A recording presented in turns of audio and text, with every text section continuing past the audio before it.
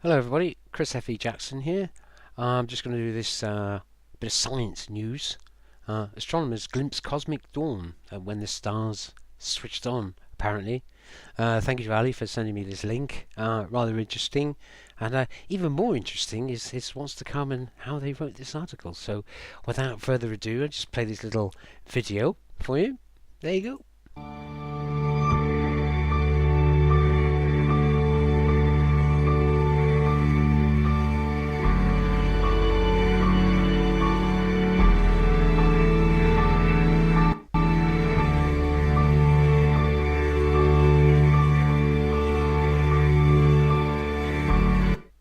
They may have also detected mysterious dark matter at work.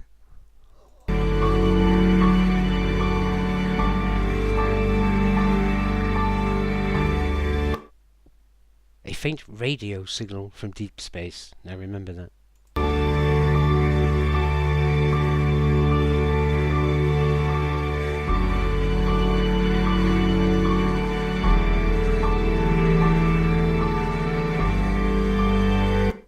In some ways,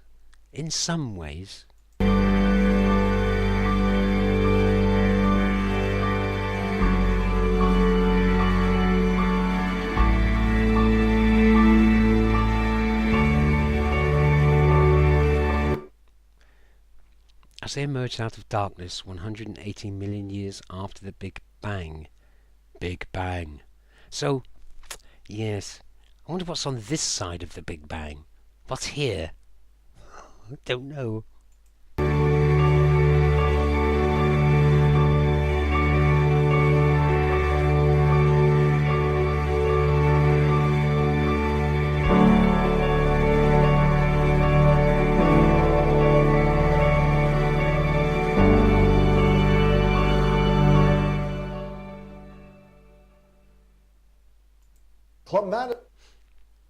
And that's that.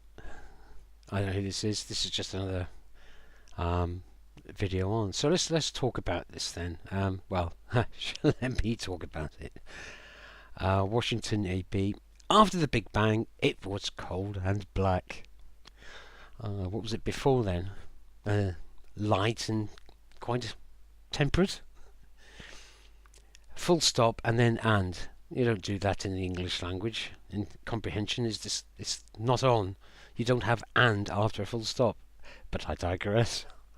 And there was light. Now for the first time, astronomers have glimpsed that dawn of the universe 13.6 billion years ago, when the earliest stars were turning on the light in the cosmic darkness. And if that's not enough, they may have detected mysterious dark matter at work too. Wow, a double whammy. The glimpse consisted of a faint radio signal from deep space, picked up by an antenna that is slightly bigger than a refrigerator and cost less than $5 million. But in certain ways can go back much farther in time and distance than the celebrated multi-billion-dollar Hubble Space Telescope. Well, why don't you tell us in which ways it is better? Because why did we spend a multi-billion dollars on something that's supposed to be up there when we could have spent less than $5 million on a metal table out in the desert, which cost less than $5 million? So you've spent billions of dollars to realise that you don't need to spend that much and spend something quite considerably less in some ways to do something better. So what they'll probably do from this is, now that they've proved it on Earth, they'll actually build another telescope to actually do what this table's doing, but up in space. Perhaps. Judd Bowman of the Arizona State University, lead author of a study in Wednesday's journal Nature, said the signal came from the very first objects in the universe as it was emerging out of darkness 180 million years after the Big Bang. Well, how did he know it was the first ones then? I don't know. Very first objects. It's amazing how they worked this out from a metal table. Seeing the universe just lighting up, even though it was only a faint signal, was it, is even more important than the Big Bang, because we are made of star stuff. And so we are glimpsing at our origin, said astronomer Richard Ellis, who was not involved in the project. Okay then. The signal showed unexpectedly cold temperatures and an unusually pronounced wave. When astronomers tried to figure out why, the best explanation was that elusive dark matter may have been at work. So, is that not a guess? You're trying to fit something in regarding dark matter into your best explanation when you don't really know what it is, or you're trying to figure out something from something that you haven't really measured in the first place. It's all conjecture. It's not even a best guess. This is complete garbage. It's fairy tales. It's not truth. It's not fact. This isn't even science. It is complete and utterly made up. If verified, oh, yeah, but you just said the best explanation for this elusive dark matter may have been at work. So if it's verified, how are you going to verify it? By spending billions of more dollars, perhaps. If verified, that would be the first confirmation of its kind of dark matter, which is a substantial part of the universe that scientists have been searching for over decades. Well, I can look up and just see dark. If confirmed, this discovery deserves 2 Nobel Prizes. Yes, slap on the back, slap on the back. You slap my back and I'll slap your back. For both capturing the signal of the first stars and potential dark matter confirmation. Yes, I've won a Nobel Prize because I've potentially found the source of dark matter and I've confirmed it, that I've potentially have done that. Not that I have done it, but potentially I have, so I'm confirming that I've potentially done that. Said Harvard astronomer Avi Loeb, who wasn't part of the research team. Okay. Cautioning that extraordinary claims require extraordinary evidence. He said independent tests are needed to verify the findings of the potential dark matter confirmation, perhaps. Bowman agreed independent tests are needed, even though his team spent 2 years double and triple checking their work. For confirmation, no doubt. It's a time of the universe we really don't know anything about.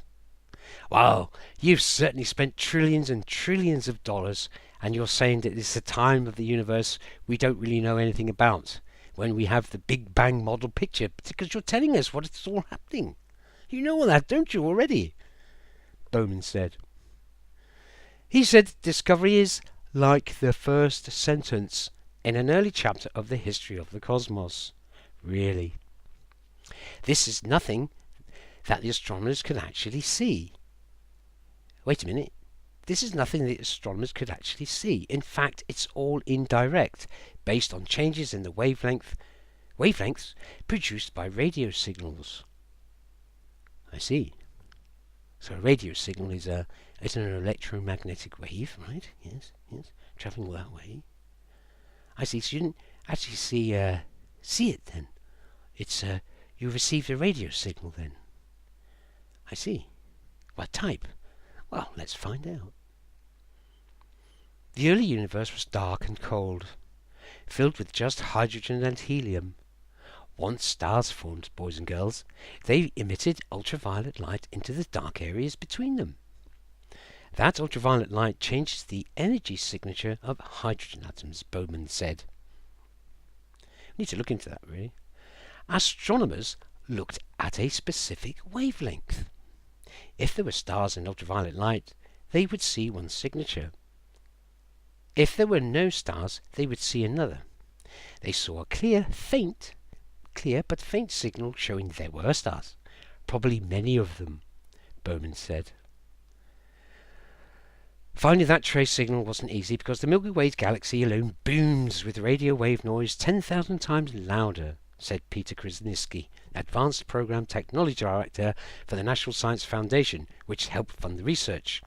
Oh, at least he was part of it then. Finding the impact of the first stars in that cacophony would be like trying to hear the flap of a hummingbird's wing from inside a hurricane, Kaczynski said in an NSF video. I don't know what that is.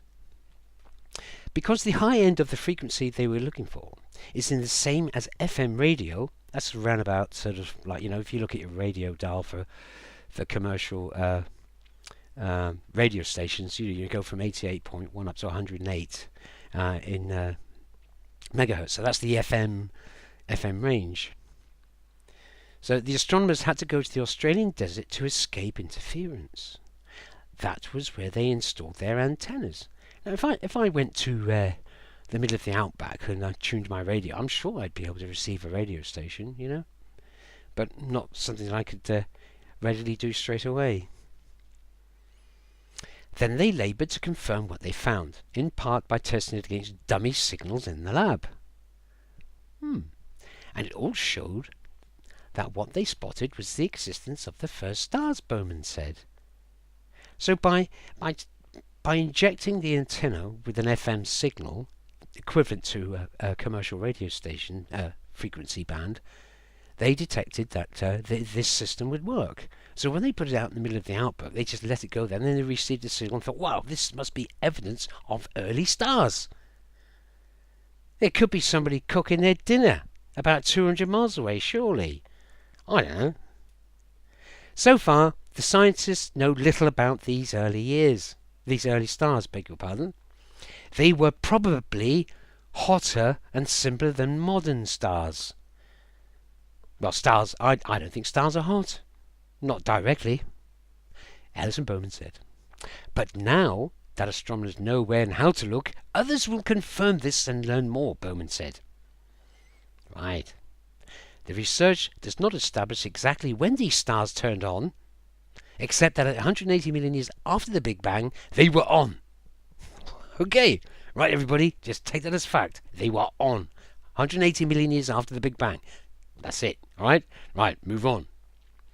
Nothing else to see here. Scientists had come up with many different time periods for when the first stars switched on. And 180 million years fits with the current theory. Current theory, people, said Ellis, a professor at the University of College London. Well, what if I said, no, I don't agree with that. I think it's 500 million years. And it fits with my current theory. And I'm not a professor at the University College of London, am I? So they won't take my word for it, but they take his. It's still a theory. It's a theory, people, all based from an FM signal from something that's stuck out there. It's smaller than a table tennis table in the middle of an outback desert. You believe this? It's interesting. When this signal was found and examined, it showed that the hydrogen between stars was even colder than the coldest we thought possible, said Renan Barkana, a Tel Aviv University astrophysicist who wrote a companion study on the dark matter implications of the discovery. The researchers expected temperatures to be between 10 degrees above absolute zero. They were actually 5 degrees above absolute zero, minus 451 degrees Fahrenheit, or minus 268 degrees Celsius. Wow, that's some little table, isn't it? The only thing we know from this signal is that something very weird was going on, Barkana said. Right. What seems likely is dark matter, yes, which scientists have never seen interacting with anything. Maybe cooling that hydrogen, he said. Dark matter makes up about 27% of the universe, but scientists know little about it, except that it's not made of normal matter particles called baryons. I wonder what theory that is. Scientists have known dark matter exists. It's not a theory. We know it exists. In our potential findings. Our potential findings, and we're confirming that our potential findings to say that we know that dark matter does exist. So scientists have known dark matter exists indirectly through measurements based on gravity, which is another theory. So they're basing a theory that they're constructing based on another theory. If this interpretation of the data is correct, it would be the first confirmation of dark matter outside of gravity calculations, Barkana said. The first. Don't forget that, people. More Nobel Prizes coming, I believe. It also potentially reveals something new about the nature of dark matter. Oh, they're getting it all sorted now. If this result is correct, it constitutes an indirect detection of dark matter and moreover suggests something of a fundamental importance. Its interaction with baryons. Oh, great. Don't you just love this? John Hopkins, University astrophysicist Mark Kamiankowski, who wasn't part of the study, said in an email, this, therefore, is about This, therefore, is about important as you can get in cosmology. Oh, and then you have all these people saying things about it. Go back to the beginning. Look at this. It's great, isn't it? So an FM radio signal that they picked up in the Australian outback was based on the beginning of the first stars that were formed 13.6 billion light years away. I did read somewhere that it was the actual frequency would have been in the gigahertz range, but because of the space-time, or the fabric of space-time continuum, it stretched the radio signal from the gigahertz down to the HF waveband, or the FM waveband. So because of the stretching. So yes. So it doesn't matter about the fact that there's millions of billions of supposedly different galaxies and exoplanets and goodness knows what else out there, which could have just absorbed all this energy source or electromagnetic waves. This is ridiculous. I just I can't believe this sort of stuff goes on all the time. I mean, it's like it's leeching money, and they talk about theories, they talk about perhaps and probably, and somebody has a comment on it who wasn't even involved in the research to come up with talking about dark matter and potential Nobel Prizes to confirm potentially correct information. Ridiculous. That's all I can say. It's just more garbage and more rhetoric being spouted about the universe and the Big Bang, just to reinforce and embed the Big Bang theory.